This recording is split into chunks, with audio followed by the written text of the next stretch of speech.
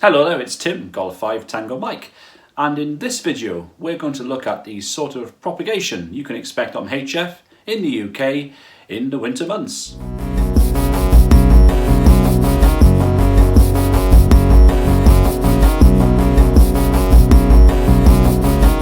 As ever, thanks for joining me, especially if you're a regular or stumbled across me before. And if you're new to the channel, then lovely to see you too. And in any case, whether you're a regular, a stumbler, or a newbie to the channel, then it's great to have you on board. And don't forget even to click that subscribe button and the notification bell for any future videos. So here we are then in, early October now. Boy, hasn't this year gone quick for a variety of reasons. But here we go, early October. So in the UK, the clocks will be put back an hour in about 3 to 4 weeks' time, which means we'll be really into the dark nights. It'll be dark at around, we'll be level with UTC, so it'll be dark at around 1700, 1715 UTC very soon when the clock's going back. So we'll be very much into the situation where we're going to be facing the winter in terms of our sort of season, and also of course all that brings in terms of affecting propagation on the HF bands.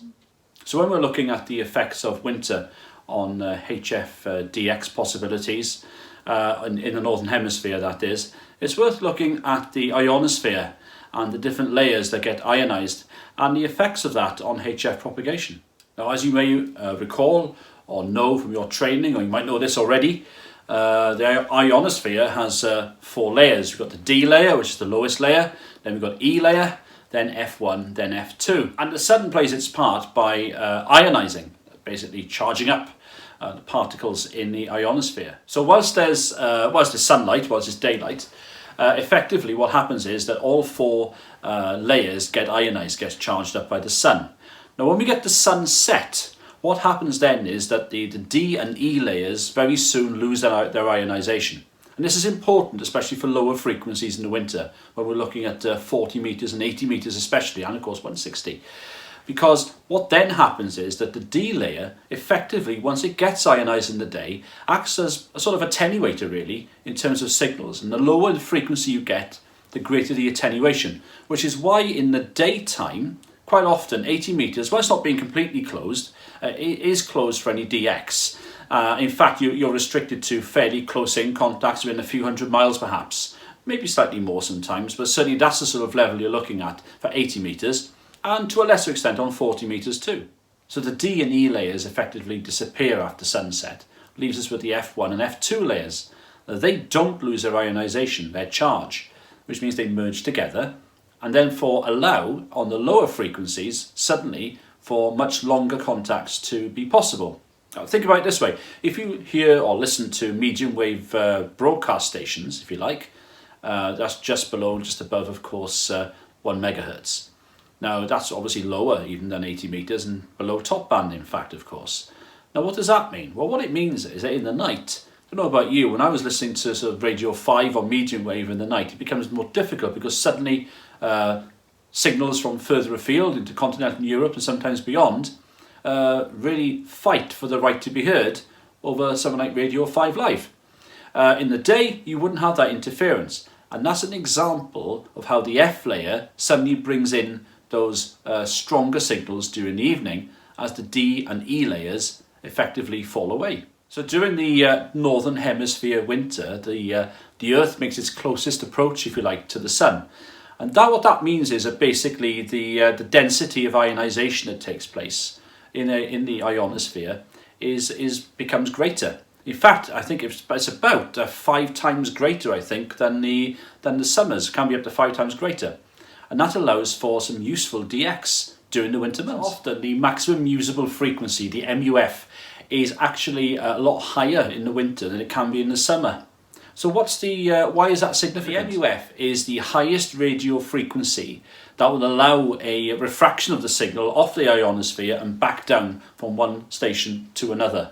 Okay, it's the highest frequency that will allow that.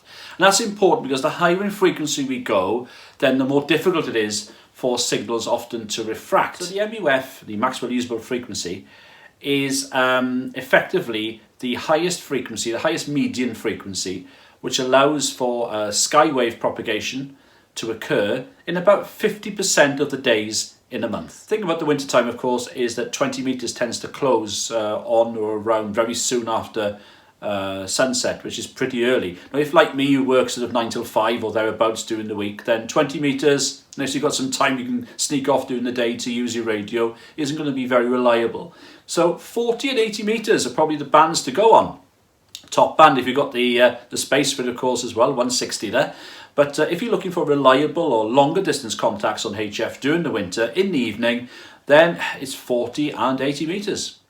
And nearly got into trouble. Not forgetting 60 metres, of course, as well. In the UK, if you are a full licence holder, then check out 60 metres too. But certainly 40 and 80 are going to be probably the more popular bands in addition to that. So for 80 metres during the day, well, openings around the UK should be quite good, 500 miles, maybe a bit longer. In the evenings, but it depends what sort of antenna you've got. Now, we know for DX, you're probably better off, if you haven't got room for a huge beam, then you're probably looking really at a vertical for 80 metres, probably an inverted L or maybe some sort of loaded vertical with plenty of ground radials.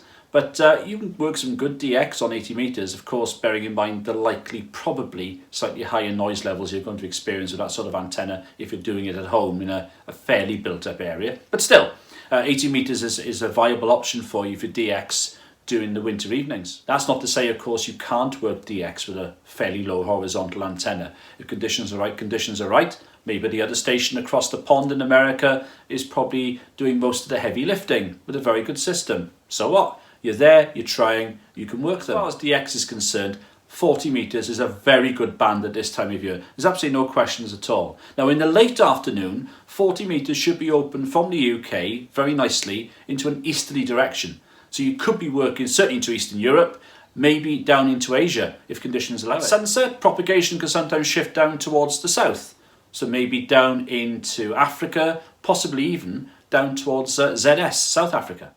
And once we get dark, then expect to hear the United States, Eastern Seaboard, Canada as well coming into play. And deeper into the evening, into the early hours, maybe into central and maybe even western United States as well, depending on the on how good the propagation is. And during the day, you should be able to use to work fairly local contacts.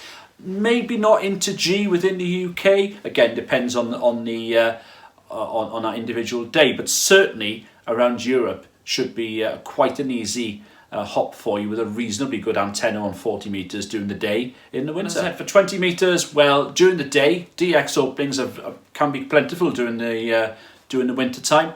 Around mid-December, I find VK, I think on short path, in the sort of late morning, around lunchtime, between sort of 10 a.m. and sort of 12:30 to 1 p.m, which would be UTC, so 1000 to 1300 UTC from the UK, are very, very plentiful. You hear a lot of VK. Then after that, from lunchtime onwards until really the band starts to close around sunset, you should hear a lot of the United States. Initially the East Coast, and then you will, if you're willing to stick around, maybe towards the grey line, be able to hear some West Coast stuff too, into California, for example. 20 metres will close around or maybe shortly after, within an hour after sunset.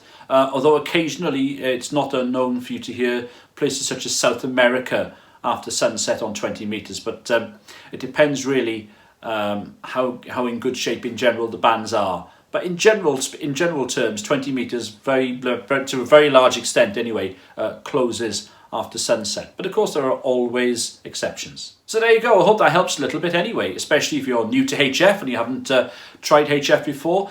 That's something you can expect in the winter time anyway. Of course, there will be openings on bands such as 10 metres as well, around sort of mid-December.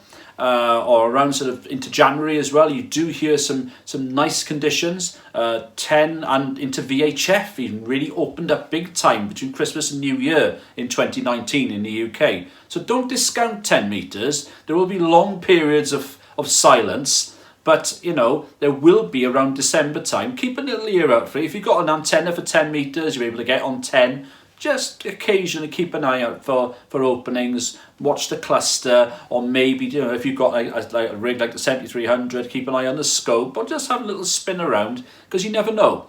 And 10 is one of those bands that when it opens big time. Just keep an ear out for 10 metres as well, around sort of December into early January. So that's it for now then. Thanks for watching. As I said earlier, if you fancy subscribing, click that button. But overall, just a guide for you. My experiences mixed in as well, and I hope that helps. This is Tim G5TM wishing you 73, and good luck with your winter DX2. Bye-bye.